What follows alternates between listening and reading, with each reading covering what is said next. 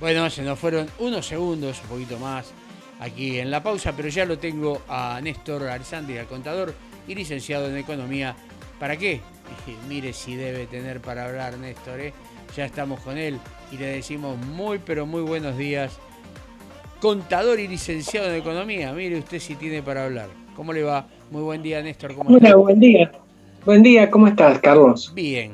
¿Cómo viene la mano? Decía uno. Y no, Alba ni Club no me diga, no me conteste eso, sino va a decir que somos dos viejos. ¿Eh? Pero ¿cómo viene la mano? Mira, al 7,7% del índice de precios de marzo se agregó un 8,4% del mes de abril. Ahora falta, por supuesto, el mes de mayo. El mes de mayo, por supuesto, va a ser en forma ascendente y a un incremento de alimentos y bebidas de un 8,6% presupuestado. Entiendo que el índice de precios va a llegar no menos al 9,2%. Es decir, que este valor del 9,2% es superior, por ejemplo, al tipo de cambio, al incremento del tipo de cambio del dólar oficial, obviamente, que se incrementa en un 7%. Incremento de, por ejemplo, las prepagas, un 5,49%. Incremento de los boletos de transporte. Es decir, que al fijar el tipo de aumento con el tipo de cambio, tampoco el tipo de cambio es una ancla que tienen en este tema. No nos olvidemos que este mes también se incrementan no solamente los valores que he comentado anteriormente, sino también el precio de tarifas. Este precio de tarifas que en este caso no ha sido coherente con el tema de esta diversificación para solicitar el subsidio de meses anteriores. Ahora el aumento va a ser por todos igual porque ha habido algunas incorrecciones con respecto al tema de la categorización. Es decir, que muchas personas físicas que no se han categorizado, al no haberlo hecho, ingresan en los tramos de como que tienen un poder adquisitivo superior. Entonces, lo que se ha decidido en el ministerio es incrementar para todos igual. Hay que tener en cuenta también que hay un atraso en tema, por ejemplo, de los combustibles, que tiene una repercusión indirecta. En 4 años han aumentado el índice de precios en un 600%, pero resulta que las naftas han aumentado un 338%, es decir, que hay un retraso considerable. Ese retraso considerable, por supuesto, se debe en periodos anteriores porque hubo un congelamiento importante.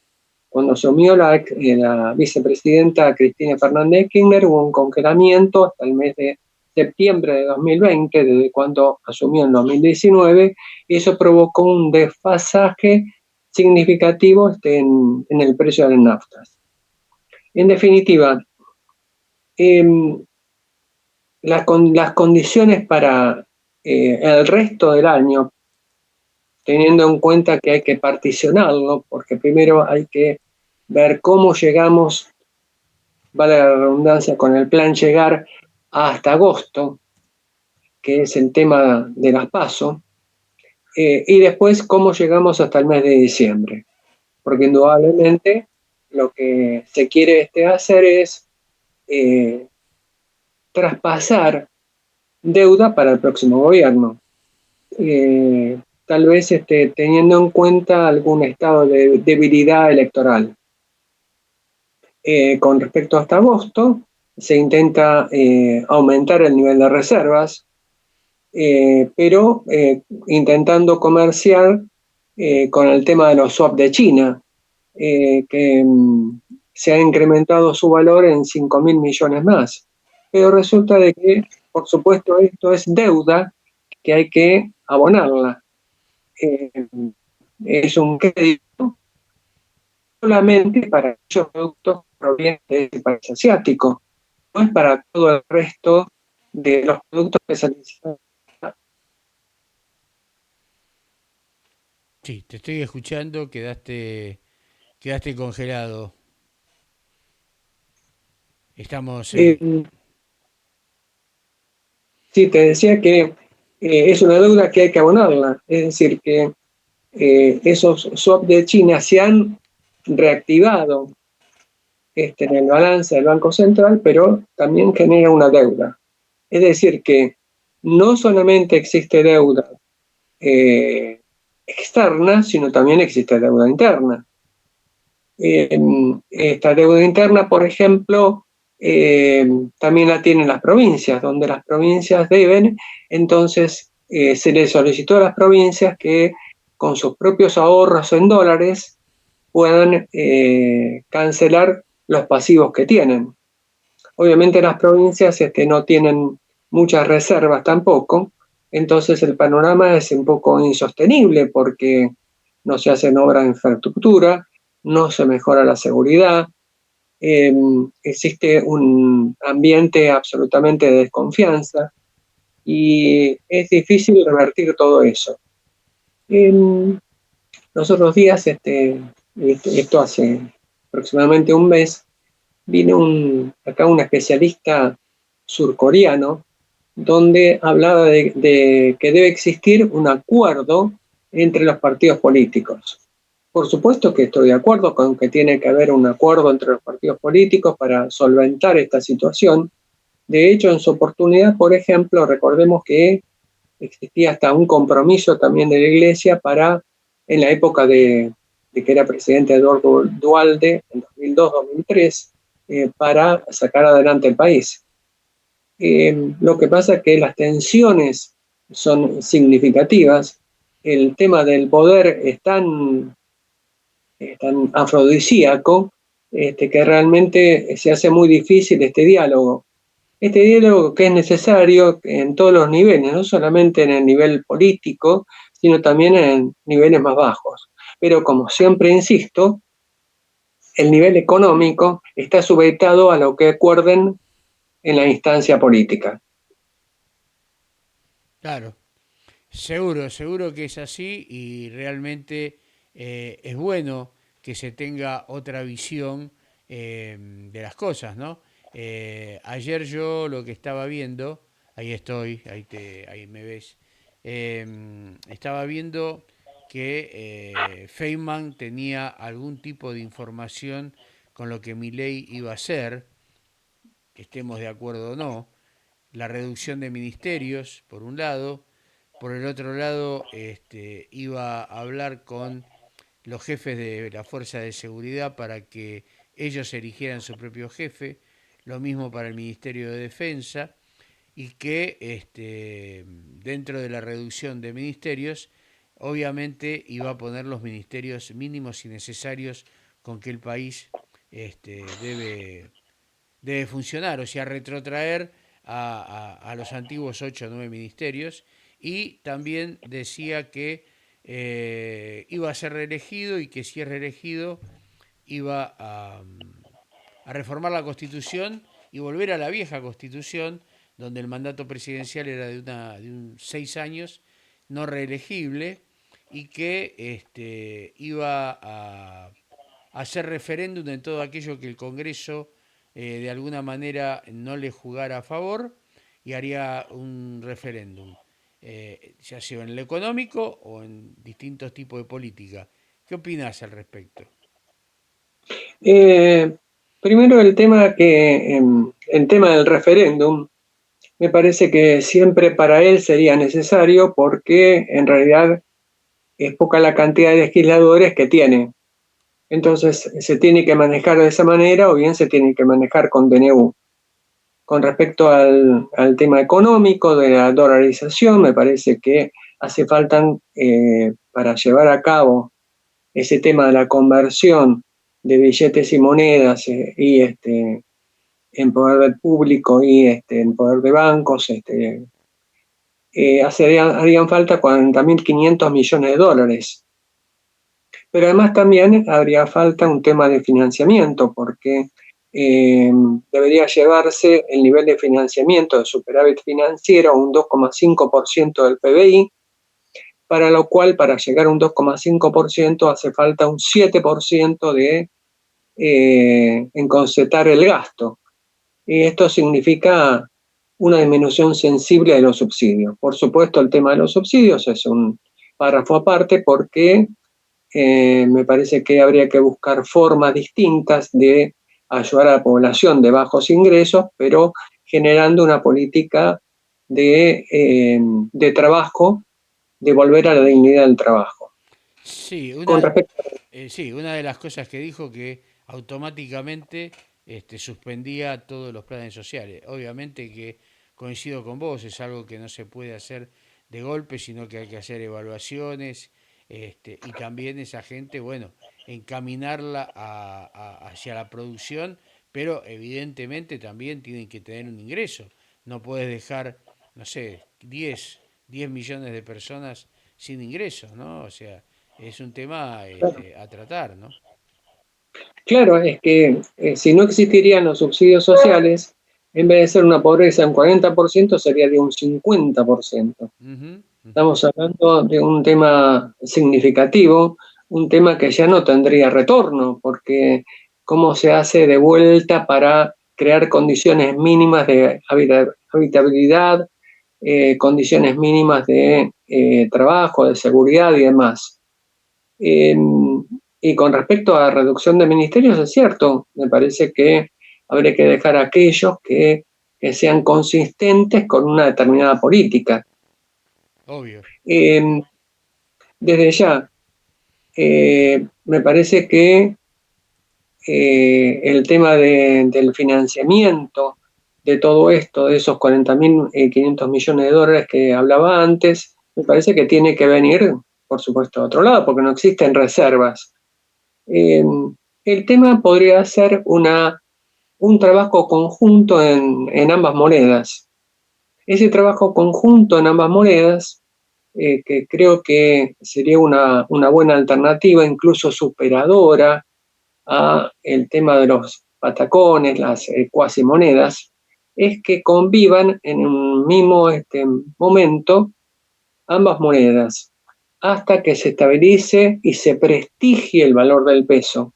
En ese caso, al prestigiarse el valor del peso, después instantáneamente la moneda dura, en este caso, en este momento, perdería absolutamente validez o estaría restringida a ese peso que sería más fuerte. En ese caso, yo creo que el Banco Central debería tener una actividad superlativa. Y en ese punto es el que no coincido con mi ley, que no tiene que estar en el Banco Central ni nada por el estilo, sino que yo creo que tiene que estar en el Banco Central y tiene que haber una autoridad que sea independiente, autónoma de las decisiones políticas y que priorice el peso. Yo creo que priorizando el peso tiene que ser a través de esta coexistencia entre ambas monedas. Hasta incluso pagos mínimos, hasta pagos máximos, por ejemplo, hasta sueldos, jubilaciones, ese tipo de cosas que permitirían este, un, en un primer momento que haya una coexistencia que debería ser pacífica y que después se distorsionaría porque la moneda fuerte pasaría a ser el peso y no el tipo el dólar. Claro, él habló de la supresión del Banco Central, pero bueno, obviamente que tiene que haber un ente regulador. Yo creo que él apunta, creo, esto es algo mío, apunta a decir que la desaparición del Banco Central sería la desaparición del financiamiento continuo que el Banco Central hace al gobierno. O sea que actúa como gente de emisor de billetes para que el gobierno satisfaga el endeudamiento interno. Pienso yo en voz alta.